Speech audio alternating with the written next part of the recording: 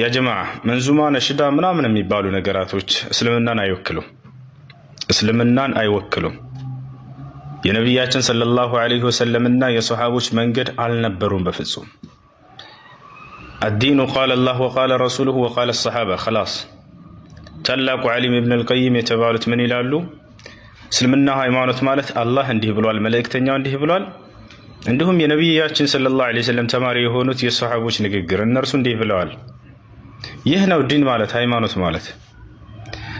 እርሳቸው ያልተጠቀሙበትን የዳዕዋ መንገድ መጠቀም አይቻልም። ጠሪቀት ዳዕዋ ነውዕ ምን አንዋዕ አልዒባዳ ወልዒባዳ ተውቂፍያ ላ ዩእኸዙ ቢሃ ሐታ ነእኹዝ አልአዲላ ምን አልኪታብ ወሱና ወሚን ሱነት ነቢይ ዐለይሂ ሰላቱ ወሰላም وسنة الصحابة رضوان الله عليهم. قال النبي عليه الصلاة والسلام عليكم بسنتي وسنة الخلفاء الراشدين.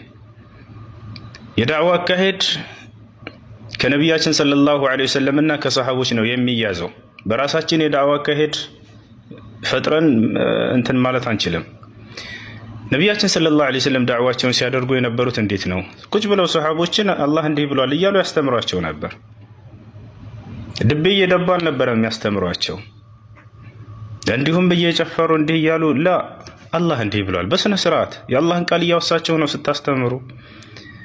ادعوا ربكم تضرعا وخفيا ዱዓ ስታደርጉ እንኳን እንዲሁም ዳዕዋ ስታደርጉ ለሰዎች ስታስተምሩ የአላህን ቃል ስታወሱ ዝቅ ብላችሁ ተናንሳችሁ የመልእክተኛውንም ቃል እንዲሁ ጭራሽ ድብ እየደቡ ጫቱ ጥር አድርጉና اللهم صل على محمد ምንድነው ስትለው የነብዩ መሐባ ውስጥ ይናቃጥሎኝ ይላል። አረ የነብዩ ሰለላሁ ዐለይሂ ወሰለም ውዴታ ውስጥህን ቢያቃጥለው የነብያችን ሰለላሁ ዐለይሂ ወሰለምን ያስተምህሩ መንገድ ትይዝ ነበር። የአላህን ቃል ትሸመድዳለህ፣ የነብያችንን ቃል ትሸመድዳለህ።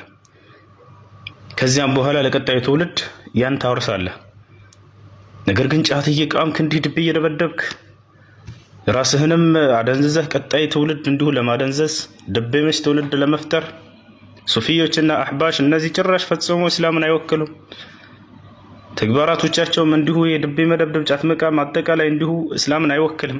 ተጠንቀቋቸው ሙስሊሞች። እነዚህ ፈጽሞ ላ يمثلون الاسلام ابدا በፍጹም እስላምን አይወክሉም።